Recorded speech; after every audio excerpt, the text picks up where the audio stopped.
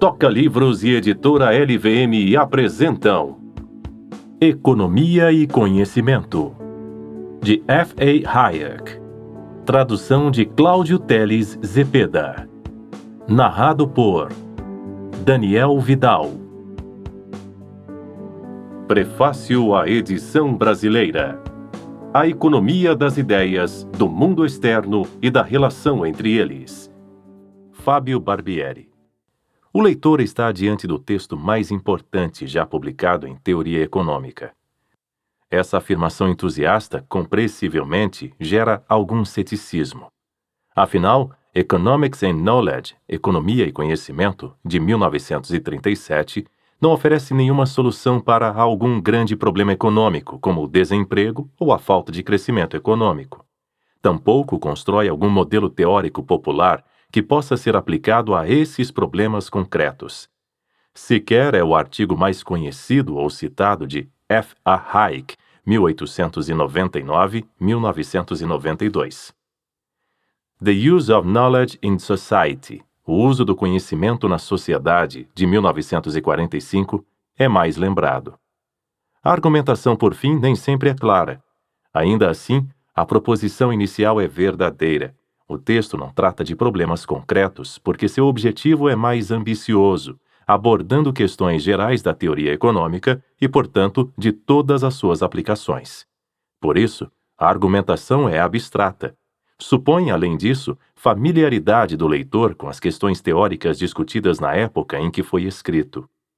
Embora não desenvolva um novo modelo, propõe questões fundamentais.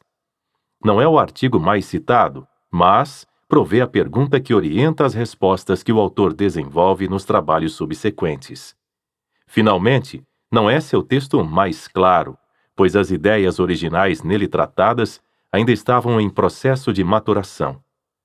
Na reflexão científica e filosófica, formular adequadamente um problema é crucial.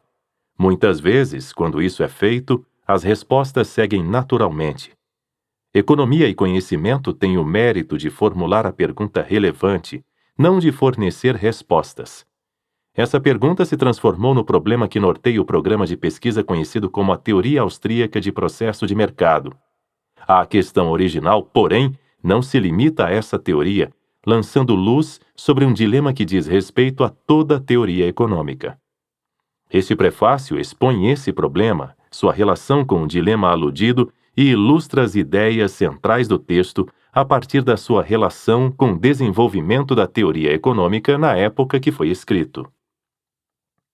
A pergunta central do texto transforma a economia em um ramo da filosofia. De que maneira o conhecimento dos agentes econômicos gradualmente se aproxima ou não do, e no limite corresponde ao, mundo externo. Em outros termos, se quiser dar conta dos fenômenos observados na esfera econômica, o economista deve propor uma teoria sobre o aprendizado dos agentes. Assim como o filósofo se pergunta sobre o que podemos saber sobre o mundo, o economista investiga como os agentes econômicos adquirem o conhecimento sobre os mercados. Essa questão é formulada a partir da reflexão sobre o significado da noção de equilíbrio. Este, para Hayek, se relaciona com o conceito de compatibilidade de planos. Para o autor, as ciências sociais em geral e a economia em particular devem explicar a emergência de um estado de coisas no qual ocorre a coordenação das ações individuais a partir de planos compatíveis entre si. A quantidade de conhecimento necessário para que essa coordenação ocorra, contudo, supera em larga margem aquilo que pode ser conscientemente sabido de maneira centralizada por qualquer grupo de indivíduos. As pessoas planejam suas ações tendo em vista as necessidades, a disponibilidade de recursos e as maneiras de transformá-los em coisas úteis. Esses fundamentos do problema da coordenação variam conforme o indivíduo, o local e o instante do tempo. Pessoas diferentes têm propósitos diversos e cambiantes. Os recursos diferem segundo especificidades locais e a tecnologia se altera ao longo do tempo.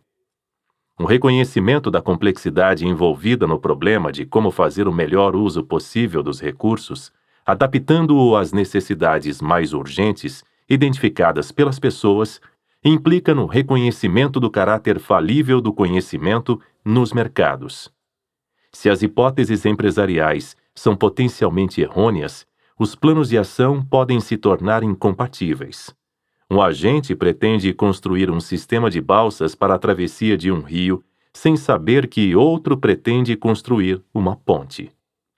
Como a observação concreta do mundo econômico revela algum grau de ordem, em vez do caos, não existe, por exemplo, fila de espera de 1 ano para adquirir uma pizza, é necessário explicar como, mesmo com o fluxo contínuo de alterações dos fundamentos listados, o conhecimento potencialmente errôneo é corrigido em algum grau. Em outras palavras, explicar a compatibilidade de planos requer uma teoria sobre o aprendizado dos agentes. No programa de pesquisa de Hayek, as teorias sobre a competição dos mercados, moeda, capital ou a teoria sobre a evolução das instituições dizem respeito ao aprendizado e coordenação de planos em geral, nas trocas indiretas, na alocação intertemporal de recursos e nas regras de interação social, ao passo que a teoria dos ciclos trata do acúmulo de erros e consequente descoordenação de planos intertemporais de produção e consumo. A perspectiva hayekiana sobre aprendizado reúne 2 elementos necessários para uma boa análise econômica, um subjetivo e outro objetivo. De um lado, temos os fenômenos mentais que dão sentido às ações individuais. De outro, temos o mundo externo a esse planejamento individual, como os recursos, a tecnologia e até mesmo os planos subjetivos dos demais agentes. Os caminhos equivocados trilhados pelos economistas podem ser interpretados como tentativas de enfatizar um desses elementos em detrimento do outro. Um dilema central da teoria consiste então no seguinte: enfatizar apenas um dos 2 aspectos tem a vantagem de simplificar a tarefa de construir uma teoria, mas implica nos erros derivados da negligência do outro. Como enfatizou Ludwig von Mises. Esperamos que você tenha gostado desta prévia. Para continuar ouvindo este audiolivro no Google Play Livros, use o link na descrição do vídeo.